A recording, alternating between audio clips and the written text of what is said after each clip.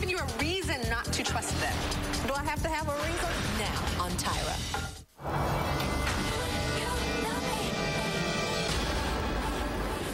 I know I've told you guys a lot of times that I used to be a snoop. Like I used to spy on my old boyfriend. He would go to work or even get into the shower, and I would pick up what was called back in the day the two-way pager. And there was no lock and no code. You could just go in and see what the hell he was doing. And he was cheating on me so much, but I stayed like a damn fool. I stayed. I guess I was waiting to catch him in the bed with the woman. I don't know. I needed it to be in my face. But how many of you guys have snooped? You guys have snooped? Okay. Now, back in my day, snooping was the two-way pager. You guys had the Facebook and the MySpace and... Oh, yeah. And you can go and check on people's, like, updating their profile to see your man says that he was somewhere, and then you check somebody's status on their little update on their status, and you see he was lying because she says that she was with him at the movies. Okay, so I think it's okay to spy on a man too, kind of, is it, right? Is it? Or is it not? I don't know. But what about a mom spying on their kids? No.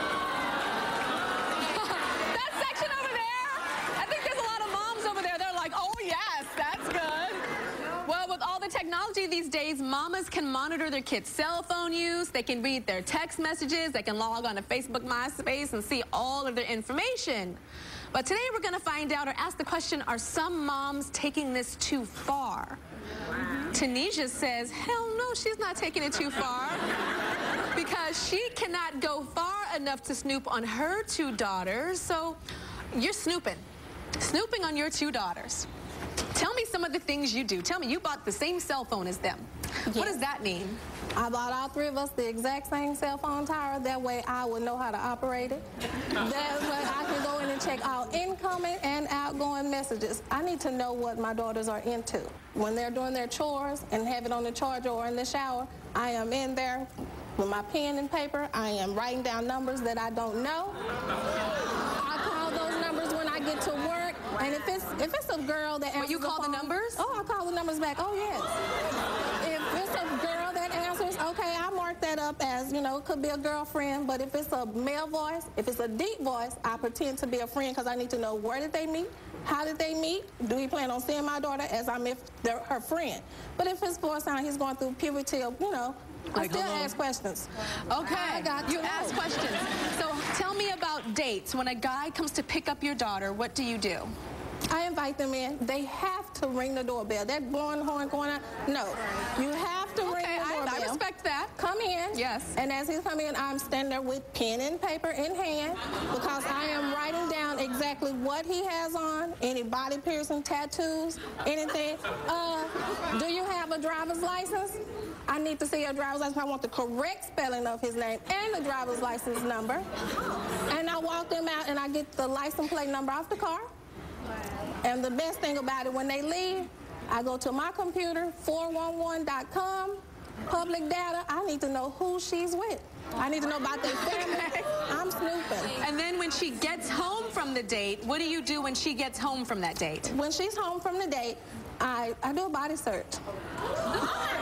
Wait, what does that mean? I'm looking for, you know, any type of marks. They could be hickeys, bruises. I mean, she's been out on this date, so I need to know if it's a physical date, how physical the date was. I smell it if I have to. You smell her?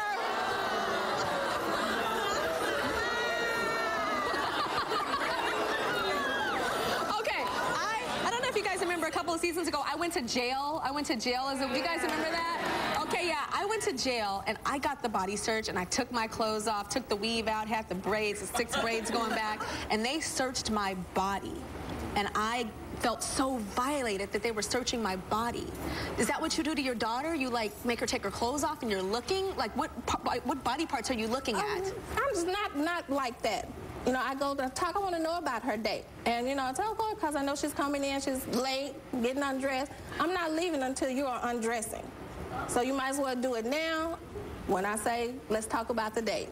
Or if not, then if I have to say, strip, you will. That sounds like the jail to me. So I have to protect my daughter. You have to protect your daughter. Okay, let's talk about the mall. You drop them off at the mall, and then tell me what you do. I pick up everybody. I'm the taxi because, like I said, I need to know who they're with and what they're into. And I will drop them off at the mall. And I think that I have left. When I go to the other side, I do a quick change in the car. Quick change of clothes? A quick change of clothes in the car. I put on my hat and my sunglasses. And, you know, I'm going to check out the sales too, but I'm actually going to check out what they're into. So what do you see? What are you watching? What is she doing? I just want to know, what is she doing? It's not them that I'm afraid of. It's the people who they hang with. Girls, they get into so much trouble. And, you know, I just want to make sure, you know, that they are always doing the right thing. Now, as a young girl, I kept a journal. I kept a diary, and I loved that diary. I used to write so many things in my journal. Do your daughters keep journals? Yes, they do. I'm scared to ask. Well, do you have no privacy in my home? Oh, wow. I'm sorry. If it's in their room, I'm just lending them their room. So I'm going through everything. So you go through the journal? Yes, I go through the journal. And do they have locks on them? Mine had a little lock. Yes, it has lock, but you know the needle nose tweezers? You can really pick that lock. And one of my daughters, she ties a ribbon around hers in a special way. So I studied how she has the ribbon tied because I want to tie it back exactly like she had it. Okay. Have your daughters given you a reason not to trust them? Do I have to have a reason? Yeah. Well, no, they have never given me a reason, but I just don't want them to be a teenage mother like I was. Okay, so you got pregnant very young. Absolutely, and you know what? It only took one time. And that's what I'm afraid of. You got pregnant the first time? The very first time. And I do not want that to happen to my daughters. They have dreams and aspirations, and I want them to reach them. So you think by you checking their body for hickeys and telling them to strip means they're not going to have sex? And why does sex have to leave a bruise? What kind of sex were you into? Well, no.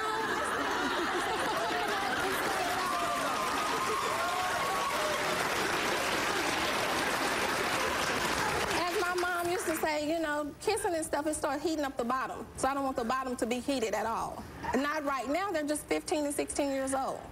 They're 15, 16. I think they've been kissing and I think they've been heated. Absolutely. Okay. But, you know, that's where I come in. So, therefore, I will know. That way I can put a handle on it. I can catch it. When you say you smell them, I have to go back to that. Well, I'm just smelling like the saliva. You know how breath smells. And man smells. Right. I want his cologne and everything. I'm just checking. Do your daughters know that you snoop on them? I know, of course they know about the body searches. Do they know about the diaries and all that type of stuff? Yes and no. But it doesn't matter. Yes and no. Yes and no. They know to a point. But it does not. It doesn't matter. It doesn't matter. Well, I think it's going to matter because her daughters are here. And we're going to meet them after this break. We'll be right back.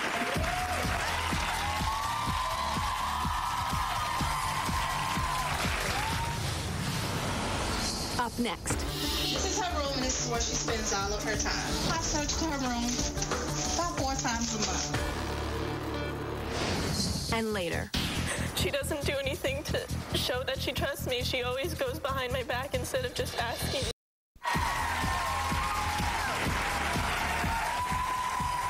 is it okay for parents to spy on their kids? Tanisha admits that she does body searches, searching for hickeys and bruises when they come home after dates, and she says that is normal. Now, what her daughters do not know, of course they know that she searches them because they're the victim or they're getting searched. But they don't know about some of these other things like the diaries, and they're here. So we're going to have your daughters come out. They're waiting in the back. Come on out, Warnie and Wendell.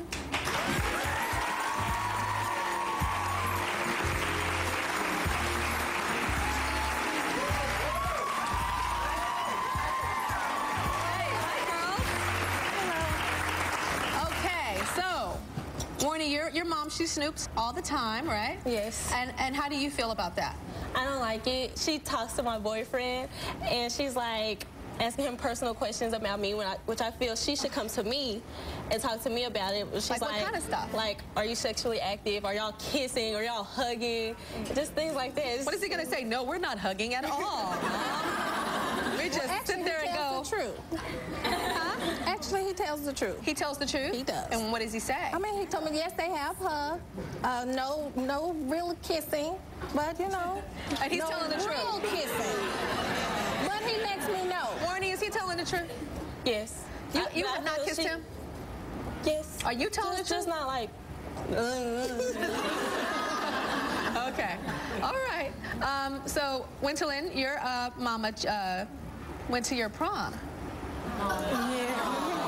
Tell me about that. You go to prom with your best friend, your mom gets dressed like she's dropping you off, and then what happens? We were having a good time, you know, prom, dancing, or whatever. And then around 11:30, I remember, 11:30, she gets on the microphone and says, Winterlyn, it is time to go. Your ride is leaving. On the microphone? Yes, cut the music. The DJ booth? Stopped. Everything stopped. I have a reason for everything I do. Okay. Tell us the reason for that. I didn't see her. I didn't see her. But she could have, like, text her or something on the phone. My sister always has her phone on. Are you scared they're going to rebel?